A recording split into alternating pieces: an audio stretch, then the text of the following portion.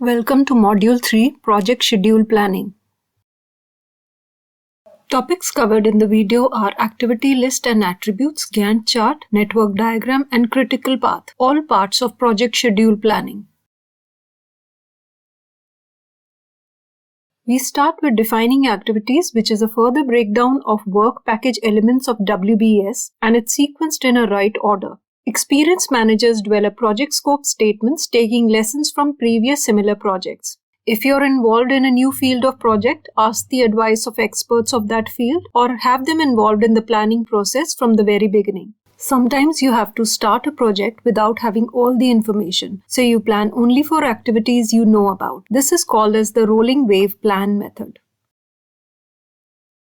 Next step is to make the activity list, which is a list of everything that needs to be done to complete the project, including all the activities that must be done to deliver each work package.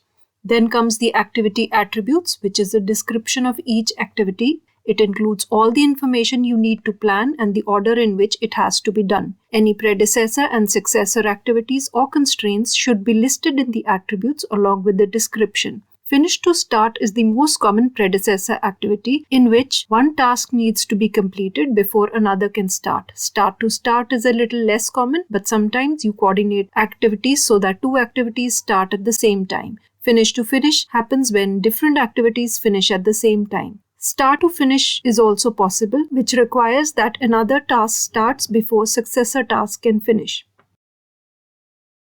In addition, there are some other types of predecessors to be considered: external predecessors, discretionary predecessors, mandatory predecessors, leads and lags.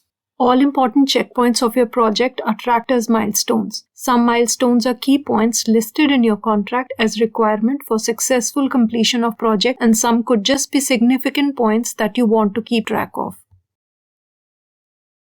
Gantt chart is an easy-to-read schedule formatting chart that shows all the key stages of a project and their duration as a bar chart with the timescale across the top. These key stages are placed on the bar chart in a sequence by starting in the top left-hand corner and ending in the bottom right-hand corner.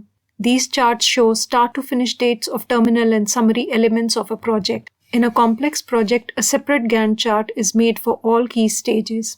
Milestones, project meetings, progress reviews can all be shown in a Gantt chart.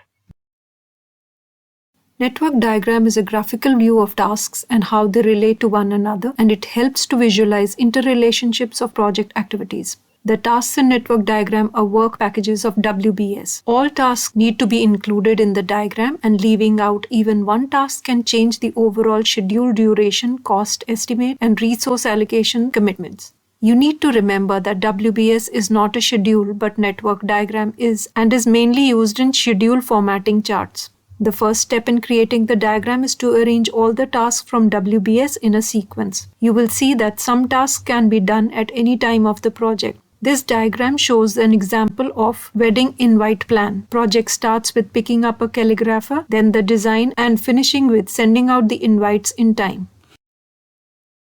Critical path outlines the sequence of tasks that would enable the project to be completed in the shortest possible time, which is based on the idea that some tasks must be completed before others can begin. This is a useful tool in scheduling dependencies and controlling the flow of the project. To identify critical path, the length of time that each task takes must be calculated.